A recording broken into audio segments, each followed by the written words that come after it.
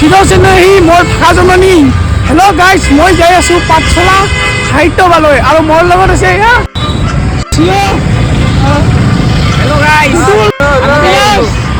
গতিকে বলক আমি পাঠশালালৈ যাত্ৰা আৰম্ভ কৰোঁ। গাইজ, আমি আহি পাই কিন্তু পাঠশালাৰ সাহিত্য সভা এয়াতো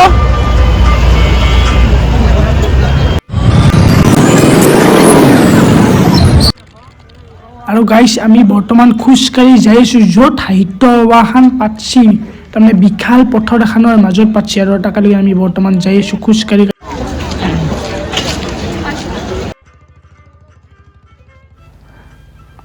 আৰু এইটো হৈছে গাইজ ৰংঘৰ আৰু আমাৰ স্বাভিমান গামোচাখন আৰু আপোনাৰ ইভাগে হৈছে গড়, এশিঙীয়া গড় আৰু তেওঁখন দেখাই আছে মানে কাজিৰঙাত যিটো এশিঙীয়া গড় পায় সেই গড়ৰ সেইটো দেখুৱাইছে এতিয়া বনাইছে।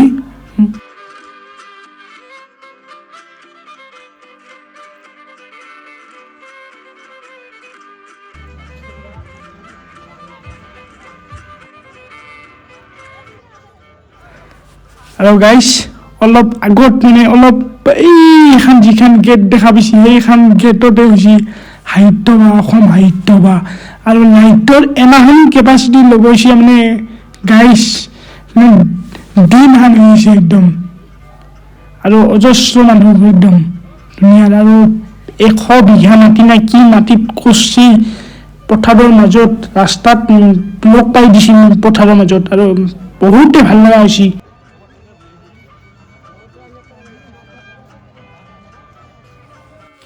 আৰু গাইজ চক এই একফালেদি মানুহ যাই আছে ভিতৰে আৰু একফালেদি বাহিৰত ওলাই আছে আৰু মাজত ৰুই দিছে ফুল, তাৰমানে এনাখানকে বানৈছি যেন এটা স্থায়ীহে হৈ ৰ'ব মানে ধুনীয়া লাগে সঁচাকৈ।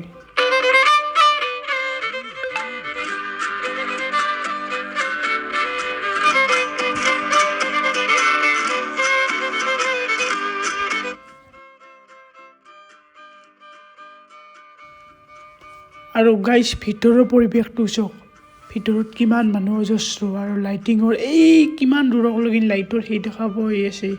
তাৰমানে মই আপোনালোকক কৈছোঁ 100 বিঘা মাটি না কিমান বিঘা মাটিটো কৈছে মানে বহুত ডাঙৰ এটা এৰিয়াত আপুনি দেখে আপুনি চাই শেষ কৰিব নোৱাৰিব, আপোনাৰ ভৰি বিষ উঠি যাব।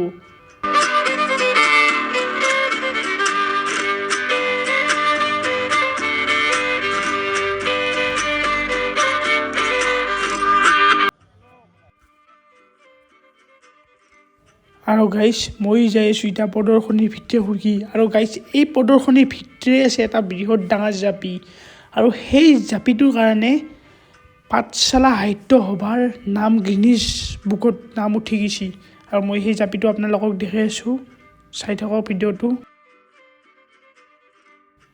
আৰু গাইজ চাওক, এইটোৱে হৈছে সেই বৃহৎ ডাঙৰ জাপিটো, কিমান এটা বলা এৰিয়া কভাৰ কৰিছে আৰু গাইজ এই জাপিটোৰ কাৰণে পাঠশালা সাহিত্য সভাৰ নাম গিনিজ বুকত উঠি গৈছে। তাৰমানে আজিলৈকে কোনেও এনাহান ডাঙৰ জাপি ক'তো বনোৱা নাছিল।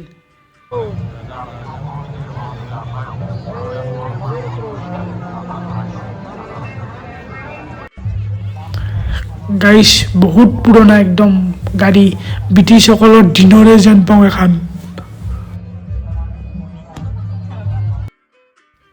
আৰু গাইজ এখন হৈছে আদৰ্শ গাঁও।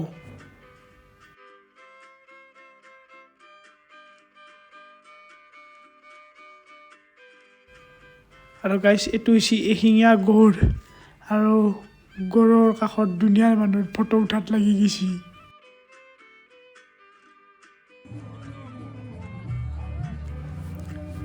আৰু গাইজ এইটো হৈছে বঙাইগাঁও তেল শোধনাগাৰ ৰিফাইনাৰী, মানে বঙাইগাঁৱত যিটো ৰিফাইনাৰী আছে কেনেকুৱা ছিষ্টেমৰ সেইটো এতে আৰ্হিটো দিছে।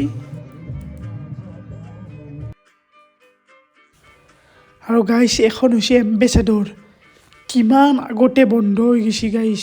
আৰু গাইজ এখনত উঠি আহি যোনে আপুনি নামছি না আপুনি বহুত ডাঙৰ মানুহ আচলতে সেই সময়ত। আৰু গাইজ আজি নতুন গাড়ী অহাৰ পিছত ইয়াৰ তাৰমানে নামে নহৈ গৈছে, নামো নিচান নহৈ গৈছে। আৰু গাইজ এইটোৱে হৈছে অসমৰ মূল হিষ্ট্ৰী, বহুত পুৰণা হিষ্ট্ৰী অসমৰ কিমান অসমৰ হিষ্ট্ৰী পুৰণা আছে তো আপোনালোকে সকলোৱে গমেই পায় আৰু সেই হিষ্ট্ৰীৰ বহুত কাহিনী ইয়াতে আছে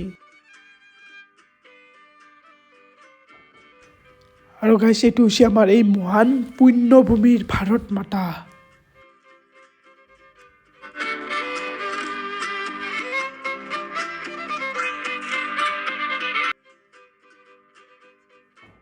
Lovely guys.